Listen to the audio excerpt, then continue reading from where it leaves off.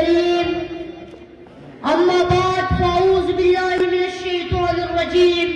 بسم الله الرحمن الرحيم. ظهر الفساد في البر والبحر بما كسبت أيدي الناس. أيضا قال والسماء رفعها ووضع الميزان ألا تطغوا في الميزان. صدق الله العظيم. جناب صدر، مہمانان ذی وقار، محترم اساتذہ کرام، عزیز طلبہ اور میرے ہم مکتب ساتھیوں، السلام علیکم ورحمۃ اللہ وبرکاتہ۔ موسمیاتی تبدیلی اور ان کے اثرات، اس صورت کے موضوع پر اپنے لبکشائی کا آغاز ان اشعار سے کرنا چاہتا ہوں۔ تیرا اپنا ہی کیا آیا ہے تیرے سامنے، تیرا اپنا ہی کیا آیا ہے تیرے سامنے، تو اگر بیمار پڑ جائے تو آویلا نہ کر، میں بتاتا ہوں تجھے صحت کا بنیادی اصول، جس ہوا میں سانس لیتے ہو اسے میلا نہ کر۔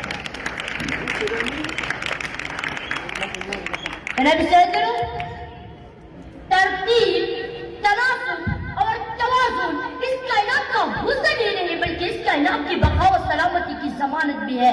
خالق احسان نے پھول کے پتوں سے، دانا دانوں تک اور مٹی کے ذروں سے کہکشاؤں تک ہر چیز میں تناسب اور توازن کا ایک عجیب بیلنس قائم کیا ہے، جسے قرآن نے وَالسَّمَاءَ رَفَعَهَا وَوَضَعَ الْمِيزَانَ، اور ہم نے آسمانوں کو بلند کیا اور اس میں توازن قائم کیا، ساتھ ہی انسانوں کو متنبہ کیا کہ اَلَّا تَطْغَوْا فِي الْمِيزَانِ، تم اس قانونی توازن میں بگاڑ پیدا مت کرو۔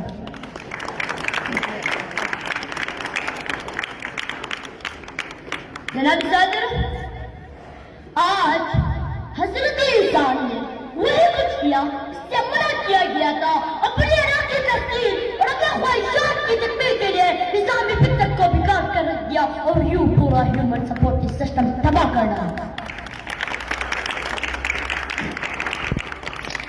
اس کے باعث فضا خطرناک تحریری ہو چکی ہے، دنیا موسمی تبدیلیوں کی زندے ہے، سمندری مخلوقات کی زندگی خطرے میں ہے، بے شمار مخلوقات کی رزق معدوم اور حیاتیاتی تنوع کا خاتمہ ہو رہا ہے، شمالی اور پہاڑی علاقوں میں برف تیزی سے پگھل رہا ہے، یہ حیاتیت کے لیے سوالیہ نشان بن گئی ہے۔